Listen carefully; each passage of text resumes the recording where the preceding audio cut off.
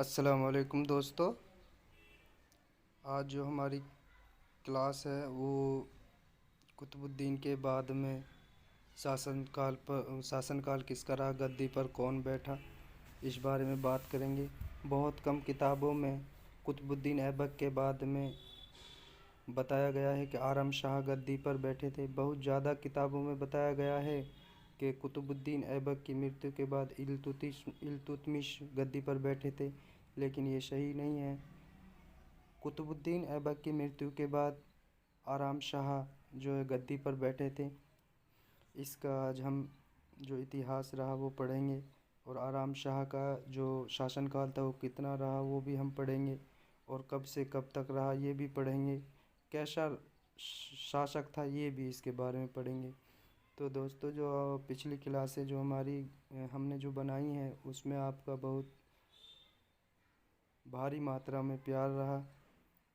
तो ये जो क्लास है, क्लास नंबर 5 है, मध्यकालीन भारत की। तो कुतुबुद्दीन की ऐबक की मृत्यु जो है 1210 में हो जाती है।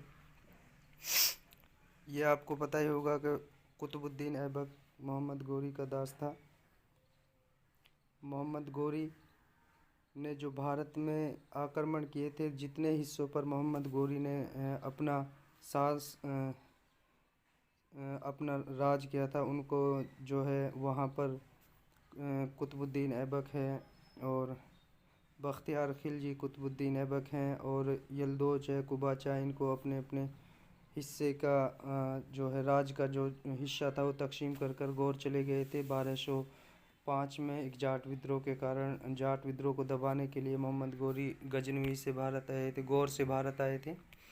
तो 1206 के अंतर्गत उसकी मृत्यु हो जाती है अचानक।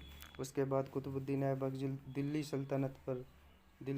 सल्तनत की गद्दी पर बैठते हैं। कुतुबुद्दीन ऐबक जो है मोहम्मद गोरी के दास होते हैं। ये अपने आप को अपने शासनकाल में कभी भी राजा घोषित नहीं करता, ये उसका मोहम्मद गोरी का प्रतिनिधित्व होकर ही अपना शासन करता है। 1208 में नसरुद्दीन मोहम्मद बिन श्याम, जो मोहम्मद गोरी के भाई हैं, वो इसको दास जो प्रथा थी उससे आज़ाद भी कर देते हैं, लेकिन उसके बाद भी ये गद्दी पर नहीं बैठता। और मोहम्मद गोरी का एक तरीके से बताएं तो बहुत ही कहते हैं ना कि भक्त, एक तरह से भक्त था, और इन्होंने कभी भी अपने जीते जी अपने आप को राजा घोषित नहीं किया।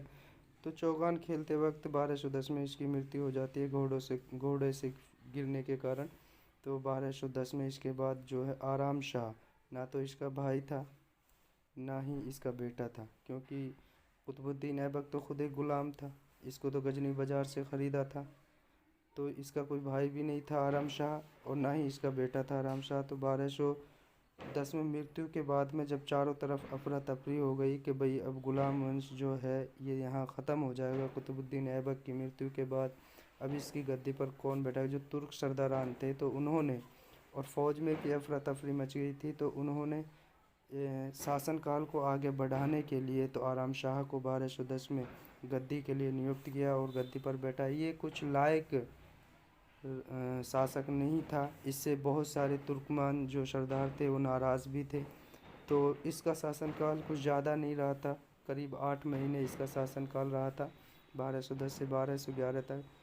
जिस समय ये 1210 में आराम शाह गद्दी पर बैठे थे, तो बदायूं जो क्षेत्र था तो उसका जो गवर्नर था वो इल्तुतमिश था। इल्तुतमिश कुतुबुद्दीन ऐबक का दामाद भी था और उसका दास भी था।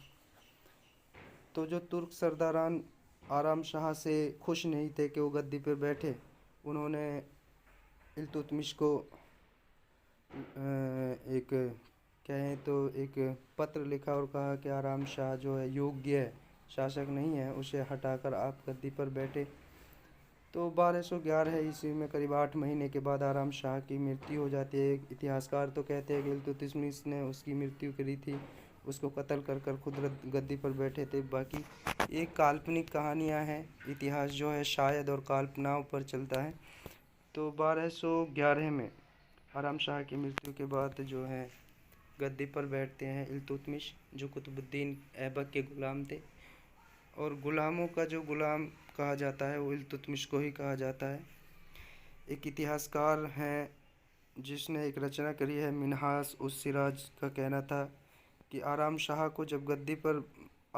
को इसलिए गद्दी सौंपी गई, इसलिए उसको गद्दी पर बैठाया गया कि चारों तरफ अफरा तफरी को रोकने के लिए और सरदारानों में जो बौखलाहट थी उसको ख़त्म करने के लिए आराम शाह को गद्दी पर बिठाया गया।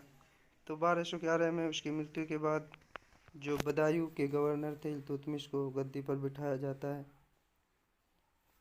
और दिल्ली सल्तनत का जो राजा बनता है वो इल्तुतमिश बन जाता है।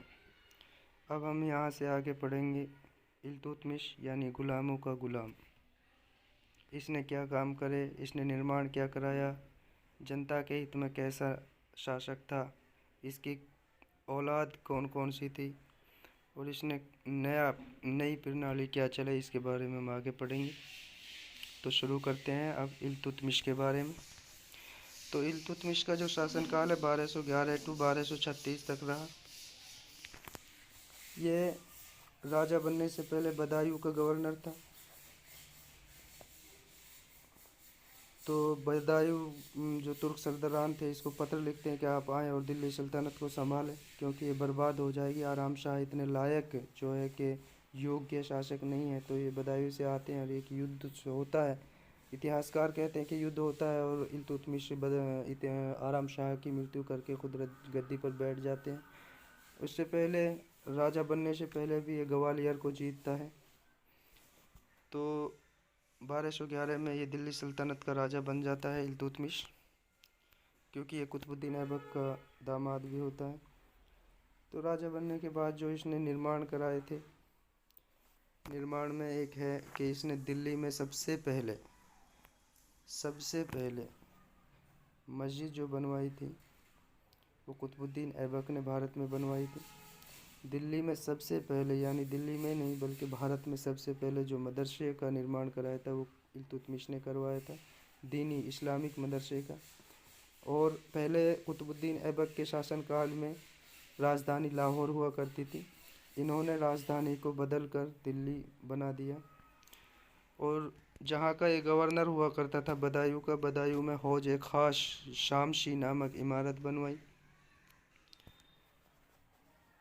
अब बात करते हैं इल्तुतमिश के युद्ध की। एक युद्ध होता है 1215 ईस्वी में तराइन का तीसरा युद्ध, जिसे इतिहास में तराइन का तीसरा युद्ध कहा जाता है। जो यलदोज और कुबाचा जो कुतुबुद्दीन ऐबक के दो और ग़ुलाम थे, उनके साथ जो पेशावर और मुल्तान के शासक थे मोहम्मद गोरी की तरफ से वहाँ के प्रतिनिधि थे, ये भी लालची थे। ये इल्तुतमिश को हटाकर खुद दिल्ली की सल्तनत को अपने कब्जे में लेने के लिए योजनाएं बना रहे थे। तो इनका 1215 में तराइन नामक स्थान पर युद्ध होता है यलदूज और कुबाचा का। तो इल्तुतमिश इस युद्ध में जीत जाता है। उसके बाद अगर इनकी औलाद की बात करें तो इसके दो संतान थी, नसरुद्दीन महमूद और रजिया सुल्तान की बात करें तो रजिया सुल्तान हिंदुस्तान की पहली मुस्लिम शासिका थी और योग्य शासिका थी। 1234 में एक और युद्ध होता है। 1234-35 में इन्होंने उज्जैन के मंदिर पर आक्रमण किया था। इतिहासकार लिखते हैं कि ये मंदिर विरोधी शासक था, लेकिन ऐसा नहीं है। मंदिरों पर जो इसका आक्रमण करने का कारण था उस कारण को जानते हैं। कारण ये था कि उस समय